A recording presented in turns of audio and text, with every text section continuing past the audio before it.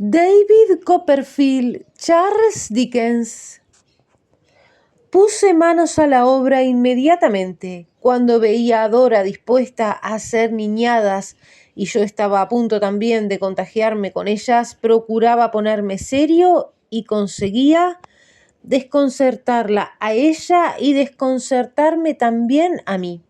Le hablaba de los asuntos que por entonces embargaban mi atención, le leía a Shakespeare y la aburría hasta lo indecible.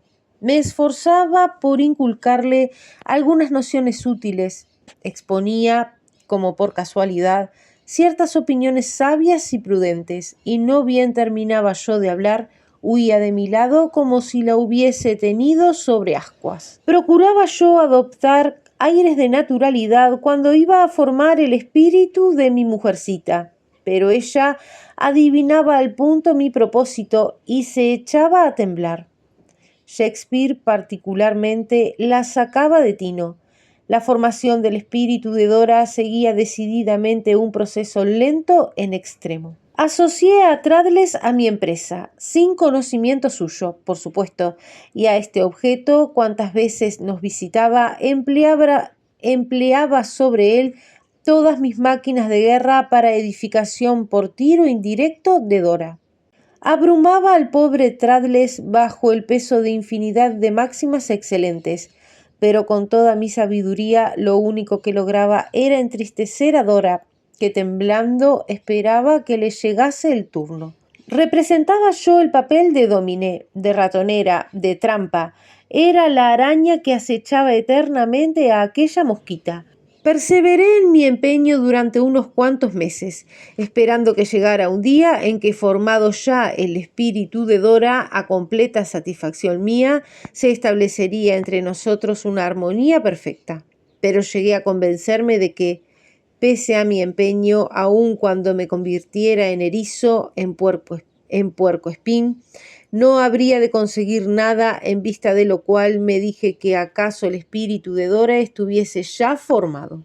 Maduras reflexiones posteriores corroboraron mi opinión, y entonces, abandonando decididamente un proyecto que tan mal había respondido a mis esperanzas, resolví contentarme para lo sucesivo con tener una niña mujer en vez de buscar sin éxito su transformación. Debo confesar, por otra parte, que me cansaba ya de vivir en comunión perpetua con mi sabiduría y mi razón, y sufría al ver la violencia constante a que me sometía a mi amada mujer. Un día compré para ésta unos pendientes muy lindos y un collar para Jip, y volví a mi casa contento y resuelto a reconciliarme con Dora. Mi regalo llenó de placer a Dora, quien me besó con ternura, pero subsistía en el cielo de nuestra dicha una nube, y no quise dejarla perdurar, resuelto a echar sobre mí todas las contrariedades de la vida. Quiero que sepas, Dora mía, dije, que he procurado hacerme razonable. ¿Y hacerme razonable a mí, no es verdad, David?, preguntó con timidez. Hice un gesto de asentimiento. Ella levantó hasta mí sus ojos y yo besé sus labios entreabiertos. Es inútil, añadió moviendo la cabeza y agitando sus pendientes. Sin duda has olvidado que soy una niña incorregible, y si no te acostumbras a mis niñadas, temo que no has de amarme nunca. ¿No piensas a veces que te habría sido mejor? ¿El qué, Dora? Calló. Nada, contestó al fin. Nada, repetí yo. Me echó los brazos al cuello y rompió a reír como una locuela. Se llamó Gansita y puso sobre mi hombro su carita oculta, entre tan espeso bosque de rizos que me costó improbo trabajo separarlos para besarla. ¿Querías decirme que me habría sido mejor no intentar formar el espíritu de mi mujer? Pregunté, encantado de mi penetración. Pues mira, creo que tienes razón. Opino que no debí intentarlo. ¿Con qué era eso lo que te proponías? Oh, qué malo eres. No reincidiré en el pecado, porque quiero a mi mujercita tal como es. ¿De veras no me engañas?, preguntó anhelante. ¿Por qué he de intentar modificar lo que hace tanto tiempo que me es tan querido? Te aseguro que no volveré a hacer ensayos temerarios. Volvamos a nuestras antiguas costumbres y seremos felices. Sí, sí, siempre felices. ¿Me prometes no enfadarte aunque encuentres algún descuido en el gobierno de la casa? Prometido, si hay descuidos, tendremos paciencia. Y no me dirás que echamos a perder a los que nos rodean, ¿verdad? Es tan desagradable ese cargo. No, no, no te volveré a repetir. ¿No te gustaré más siendo tonta que enojosa? Me gustarás más siendo mi Dora, tal como eres. Te prefiero a ninguna otra cosa del mundo. ¿Del mundo? Ah, David, es tan grande el mundo. Y moviendo alegremente la cabeza, fijó en mí sus ojos chispeantes. Me besó y corrió en busca de Heep para ponerle el collar nuevo. Así terminó el último esfuerzo hecho por mí para modificar a Dora. Mucho me hizo sufrir la obra, pues me era muy duro soportar mi aislamiento. Tampoco podía olvidar que en otro tiempo me suplicó ella que la llamase mujer niña. Me dije que procuraría corregir sus defectos poco a poco y sin ruido, y quedé satisfecho. La obra tampoco sería fácil, pues correría el peligro de volver a ser la araña siempre en acecho en el fondo de mi tela. Quedaba una sombra, ya entrevista por mí en otro tiempo, pero sus consecuencias las soportaría yo solo, no vendrían a interponerse entre mi mujer y yo. Esta sombra determinaba en mí un sentimiento penoso, más acentuado que en otro tiempo, pero también más vago. Era algo así como el eco de una melodía triste y quejumbrosa que se oye sonar en medio de la noche. Yo adoraba a mi mujer. Era feliz, pero la dicha que gozaba no era la que soñé. Algo me faltaba. Fiel a la promesa que me hice de confiar a las páginas de este libro la historia íntima de mi vida, me examino sincera y escrupulosamente, animado del deseo de poner al desnudo todos los secretos de mi corazón. Aquello que me faltaba lo había mirado siempre y lo sigo mirando todavía como sueño de mi fantasía juvenil condenado a no tener nunca realidad. Sufría como suelen sufrir los hombres a quienes tienta la consecución de una quimera imposible. Y mis sufrimientos habrían sido menores si mi mujer viniera en mi ayuda, participando de todos mis pensamientos en vez de monopolizar yo toda la carga. Pudo hacerlo, pero no lo hizo. Fluctuaba, pues, entre dos conclusiones irreconciliables. O bien lo que me sucedía era cosa natural, ordinaria e inevitable, o bien un fenómeno especial y no corriente que ocurría en mi persona y cuyo disgusto se me podía evitar. Cuando en mi imaginación se alzaban aquellos castillos en el aire, aquellos sueños de mi juventud que no podían realizarse, acusaba a la edad madura de cruel y de avara, porque no proporcionaba las dichas que suelen acompañar a la adolescencia, y aquellos días serenos que había vivido al lado de Inés, en su vetusta y tranquila morada, desfilaban ante mis ojos como espectros de un tiempo que pasó y que, si cabía en lo posible que revivieran en otro mundo, no podía esperar que lo hiciesen en este. Otro pensamiento brotaba con relativa frecuencia en mi mente. ¿Qué hubiera ocurrido si Dora y yo no nos hubiésemos conocido? Confesaré, empero, que Dora llenaba tan por completo mi existencia que aquella idea fugaz volaba al punto lejos de mí, como vuelan las sutiles telarañas que flotan en el aire. Amaba a Dora como siempre. Los sentimientos que aquí describo dormitaban en el fondo de mi alma, sin que apenas tuviera conciencia de ellos. No creo que su influencia se dejase sentir ni sobre mis palabras ni sobre mis actos. Soportaba yo solo el peso de todos nuestros proyectos, de todas nuestras pequeñas contrariedades. Dora me servía las plumas y entrambos creíamos que las cosas no podían estar mejor repartidas de lo que estaban. Ella me quería de veras. Estaba orgullosa de mí, y cuando Inés dedicaba en sus cartas algún párrafo a ponderar la alegría que mis crecientes triunfos producían a mis verdaderos amigos, cuando decía que, al leer mis obras, imaginaba estar escuchando mi voz, Dora lloraba de júbilo y me llamaba su querido, su ilustre, su famoso maridito. El primer movimiento erróneo de un corazón mal avenido con la disciplina. He aquí una frase pronunciada por los labios de Anita que acudía sin cesar a mi mente. Por las noches, durante mi sueño, veía la esculpida en las paredes y al despertar por las mañanas la veía de nuevo. ¿Por qué? Porque comprendí entonces que mi corazón no se había sujetado a ninguna disciplina cuando me enamoré de Dora.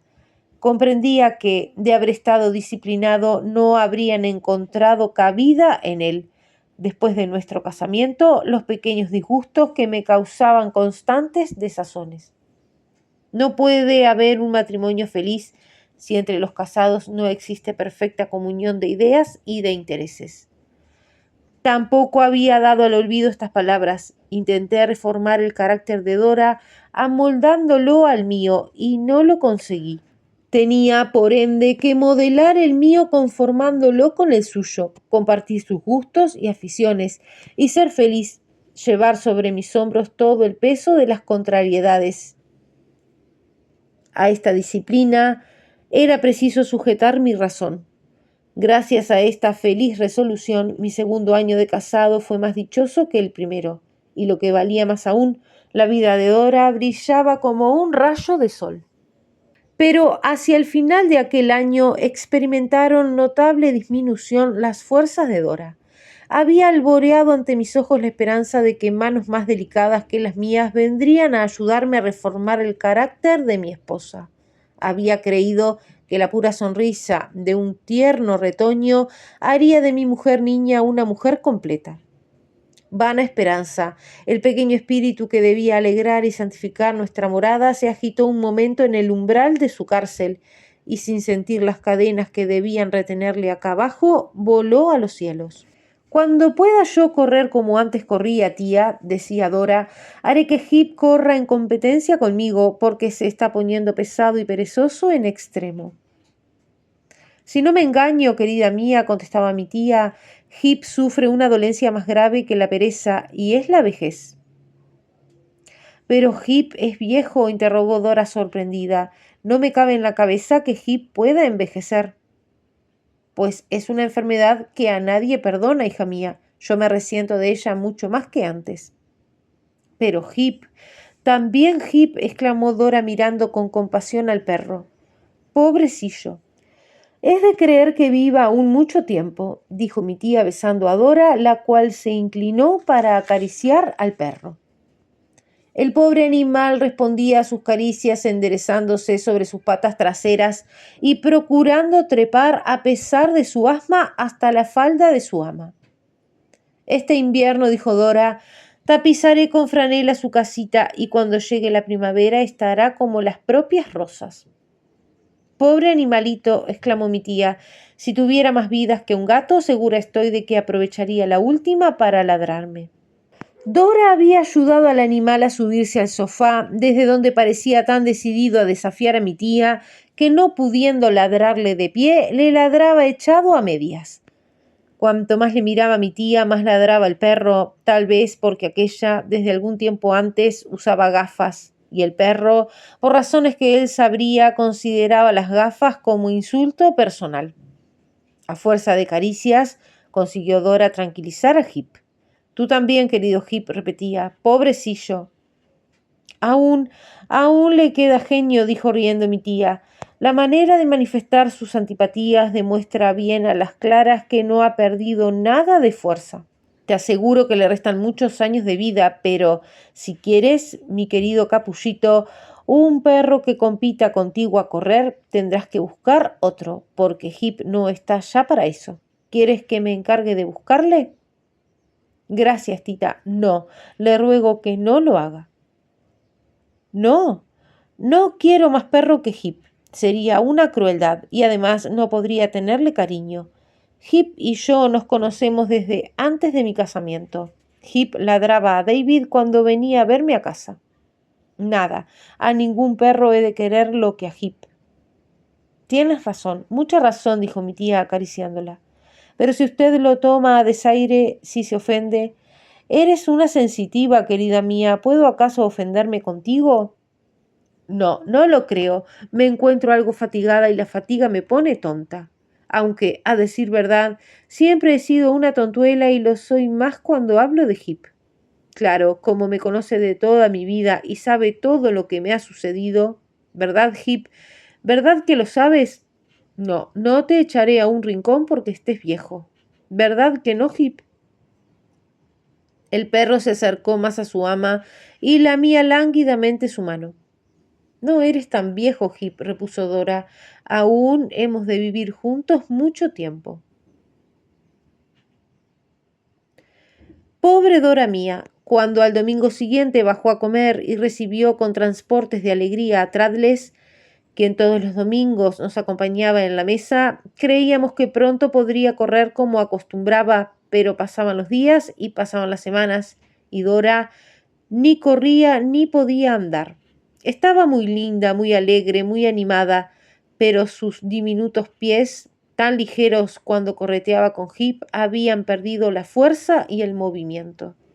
Me acostumbré a bajarla todas las mañanas en mis brazos y a subirla todas las noches. Ella pasaba sus brazos alrededor de mi cuello y reía como si se tratase de una broma, de una apuesta.